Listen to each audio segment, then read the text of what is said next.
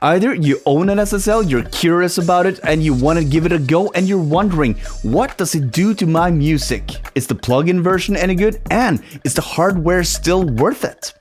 I'm giving you my take on these questions, and I'm going to show you some examples so you can hear for yourself. Let's go! Hey friends, I'm Ole Petter Myhren, Subphotic.com, giving you tips and techniques on how to improve your music production every single week. Here's a mastering session I'm currently working on, and I'm going to run this song through the SSL Fusion and the SSL Fusion plugins. So let's dive in. Let's start by looking at the plugins, and the first one in the chain, as it is also in the SSL Fusion, is the Vintage Drive. And here you see we have the drive button, we have the density button, input and output, and in. Additionally, for this plugin unit, we have a wet and dry knob and an auto gain feature, which basically sets the gain automatically. And I've set it to like this.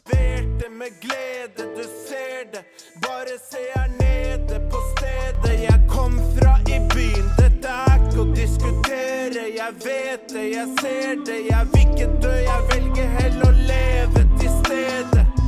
Ingen vits å være usikker, her kara som har mistet alle utsikter. Sitter her og skriver noe på budstikker, fuck jeg skulle ønske jeg var musiker. Bare se jeg verte med glede, du ser det, bare se her nede på stedet jeg kom fra. So I've had it on 12 o'clock on the drive and the density, nothing much, just a little sweetness added, nothing more. Let's see if I push it to the max.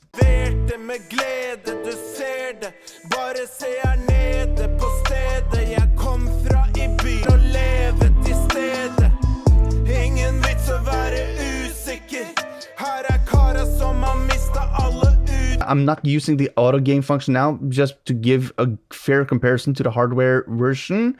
And there are also some presets here for different uses, such as these, and some go-tos, I would guess. And by the way, the Logic Pro template that I'm using now is included in my Logic Pro template pack. The link is in the description and it's free. Go grab it now. And then we have the next one. This is the Violet EQ. Plugin format. I've increased the bottom and the tops. Let's listen.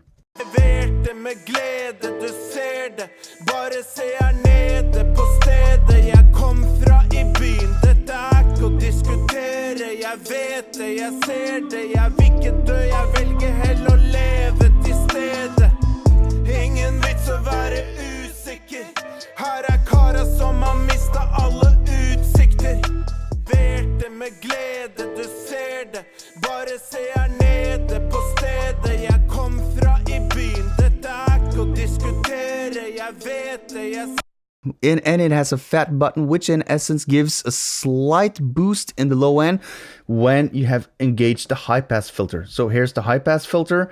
I tend to leave this alone, but I'm curious of how it will sound. Let's engage it.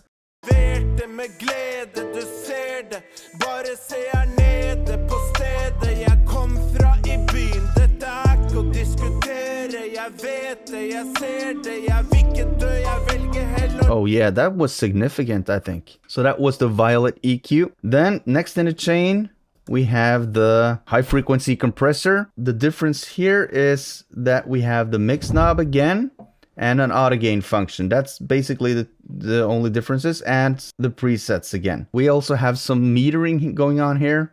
Let's see. So on a metering, you can clearly see that the snare is being clamped down on with this high frequency compressor.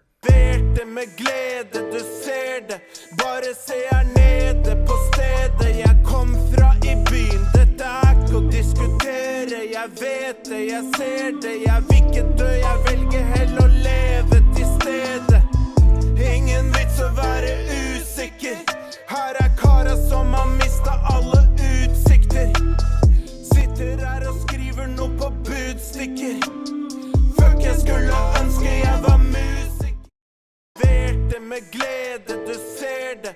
Bare se her nede på stedet. vet det, jeg ser det, jeg vil ikke dø, jeg velger heller å leve. Now, one thing this high-frequency compressor does not have is the LMC, the Listen Mic compressor, which we have on the hardware SSL Fusion. But the SSL guys are not stupid. They have another plugin that covers that specific function. That's this one. Let's move on to the next processor in the chain, and that is the stereo image. Verte med glede, du ser det, bare se her nede på stedet jeg kom fra i byen. Dette ikke å diskutere, jeg vet det, jeg ser det, jeg vil ikke dø, jeg velger heller å leve til stedet. Ingen vits å være usikker, her kara som har mistet alle utsikter. Sitter her og skriver noe på budstikker, fuck jeg skulle ønske jeg var musiker. Verte med glede, du ser det, bare se her nede på stedet jeg kom fra i byen. Dette ikke å diskutere, jeg vet det, jeg ser det, jeg vil ikke dø, jeg velger heller å leve til stedet. Yeah, on this song, I preferred the space to be reduced somewhat and a bit wider with the width. These two functions also live on the hardware Fusion, and solo the sides to listen in. Listen. And there's the mid-side metering right here, with the mids on the left one and the sides on the right one of the LED metering right here. So this is not the right and left, this is the mid and the side. Also on the input. So you can basically see the difference that you're making. Same as on the hardware actually. And there's a vector scope in the middle here for some additional metering, so you can see a visual representation of the stereo spectrum. There's a shuffle button here, which in essence controls the cutoff point of where processing is happening on the stereo end. Here, for example, nothing is happening below 267. There are also presets here. A lot of them.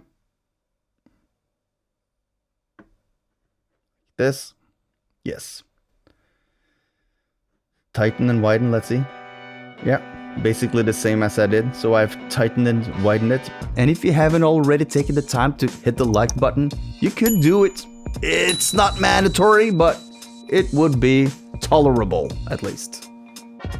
This plugin is the most interesting because it's a lot more advanced than on the hardware unit. Look at this. Here we have the transformer circuit. Here we have a lot of controls that we don't have on the hardware. This is the transformer button, which we also have on the hardware unit. We have a wet dry knob. We have some really sweet metering, a VU type meter. Let's see. So you see this reacts to the lower frequencies. Now if we add some shine, let's see.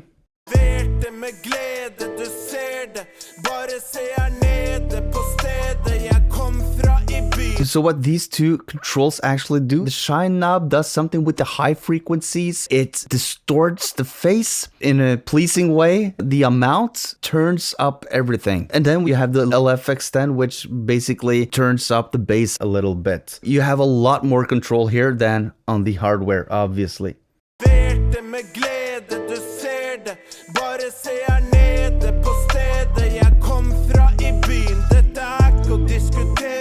Jeg vet det, jeg ser det, jeg vil ikke dø, jeg velger heller å leve til stedet.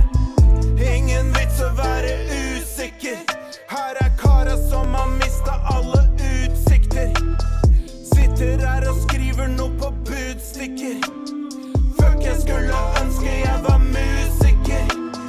Bare se jeg kicker, det budbringer. So the question remains hardware or software. In all these plugins you have a lot more choice. Also you could have the processor switch place. You can have the transformer first in line, and then you can finish off with the EQ if that makes sense to the processing needs. You can do some of those things on the hardware unit as well, but it's not that flexible. Another thing that is of course an advantage with these plugins is that you have all of these extra features, not to mention the wet and dry knob on certain units and the metering, which is really astonishing compared to the hardware, which is a lot more simple. And then you have input and output control for all elements in the chain on the plugins, whilst on the hardware you only have two.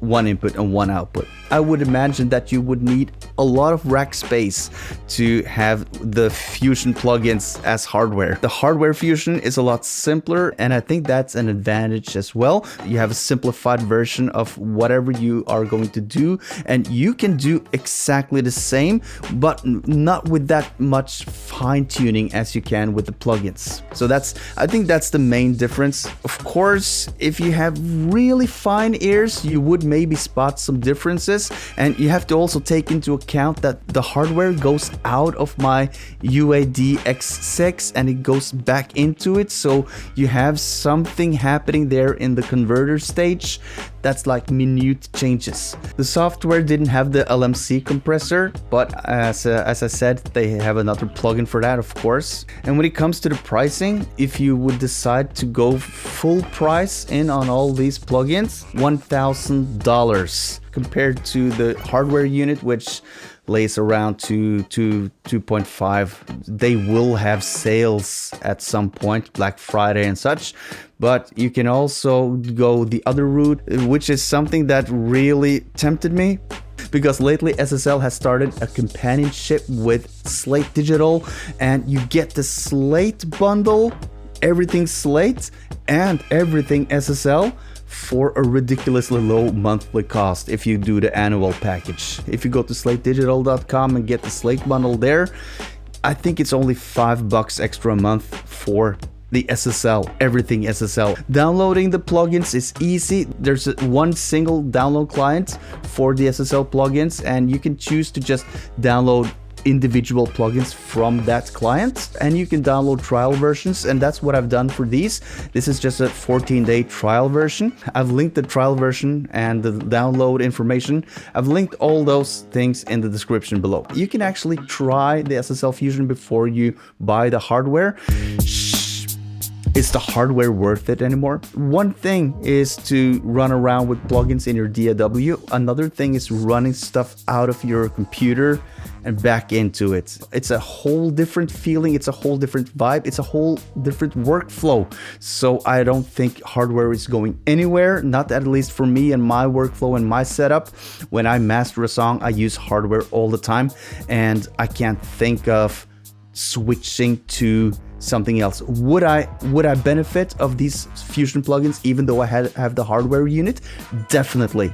I would like these plugins to be in my chain, and I would like to use them on tracks and everything. It's a lot faster to use plugins when you are doing it inside a mix, for example, and I think it would be a really nice addition to my current workflow when I'm mixing in the box, because I like to mix in the box, or sometimes I like to mix into hardware processors, but it really depends. It's also a practical aspect here. It's not always that I'm in my studio mixing. Sometimes I'm just sitting with my headphones doing mix prep and doing basic simple stuff. That stuff that I can do in my headphones, like not big mixing decisions, but small decisions. I think both of them have their reasons for existence. And if you liked this video, you might consider checking out one of these videos where I use my SSL Fusion for different things. Don't forget to download my free Logic Pro templates. The link is in the description. There are several templates, among these, this one with the analog setup. And I hope I see you in one of those two videos. Peace!